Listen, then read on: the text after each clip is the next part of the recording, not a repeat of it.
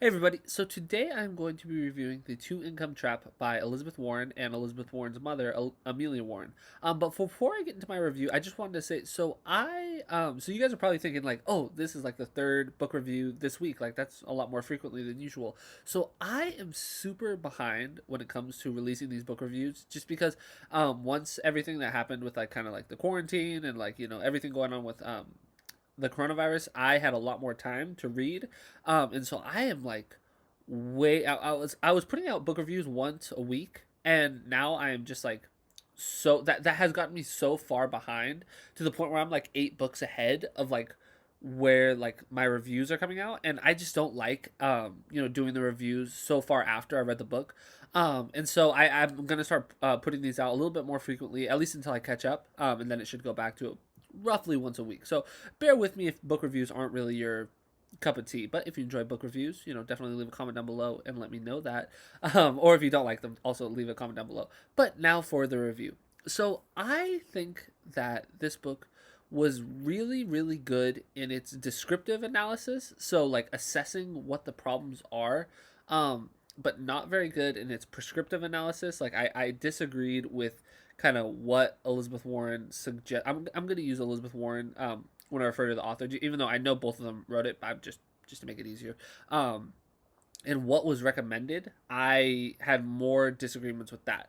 But some of the assessments I also disagreed with. Some of those. So one of kind of the underlying claims of this book is that when you had women entering the workforce, there was a loss of security, of financial security, because before, but when you just had when each family just had one person being like the main earner for the family, this book claims that then you had the security of the fact that, well, the other, the other adult in the house, they could go to work if, say, the original earner, say they got laid off, like then the other person could go get a job.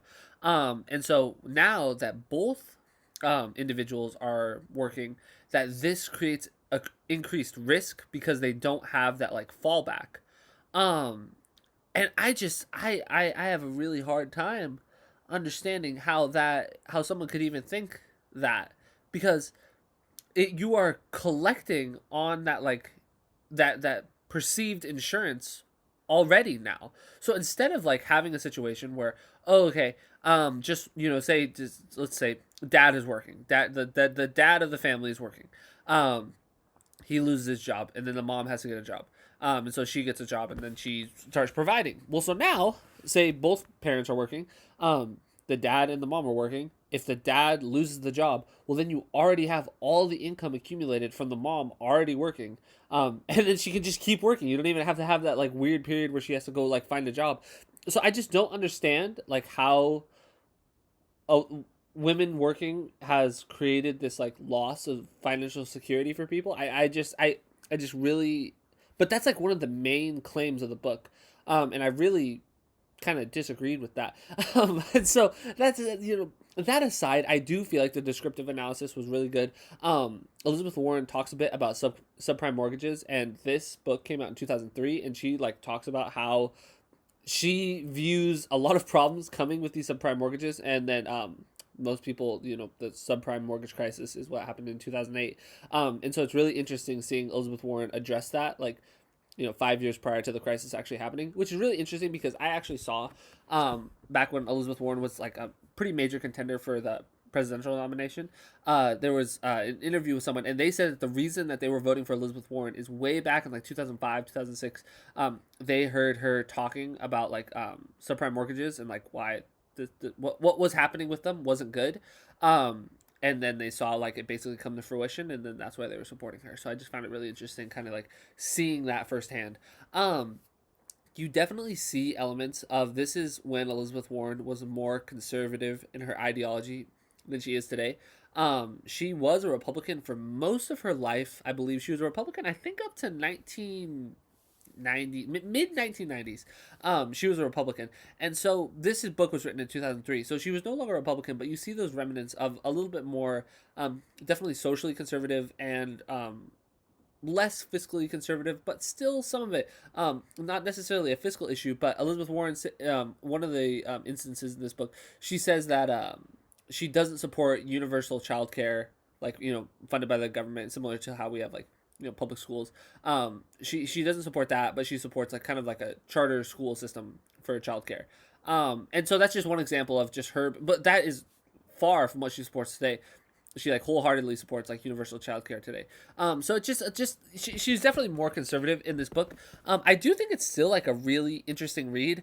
And probably my two favorite parts of this book was where she blatantly calls out both Joe Biden and Hillary Clinton. With Joe Biden, it was regarding a certain woman's group that had been, like, done bad because of some, like, lobbying. And she basically just says that, like, Joe Biden is a fake. And I really, really enjoyed that. It's more of just like a one liner, but, like, she calls out Joe Biden by name and saying that he is an example of what is wrong with the system. And I find that hilarious. And then with Hillary Clinton, she actually goes even deeper. And she describes an interaction that she had with Hillary Clinton when she was so Elizabeth Warren was a Harvard law professor, and Hillary Clinton was the first lady at the time.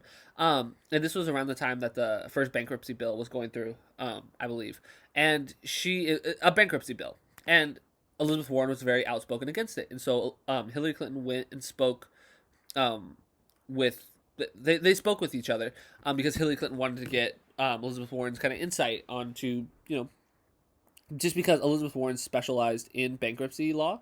And so they kind of talked, and Elizabeth Warren laid out why she felt like the bill wasn't good. And Hillary Clinton agreed with her, and she was like, "Yeah, no, you're right." And Hillary Clinton, like, made some statements afterwards about why she thought the bankruptcy bill was bad, and, like, it was mostly just talking. It was very rhetorical, but, like, Elizabeth Warren was like, "Wow, she came and talked to me, and she actually listened." And then Elizabeth Warren flashes forward. Hillary Clinton's in the Senate. There's basically the identical bill, and Hillary Clinton votes for it.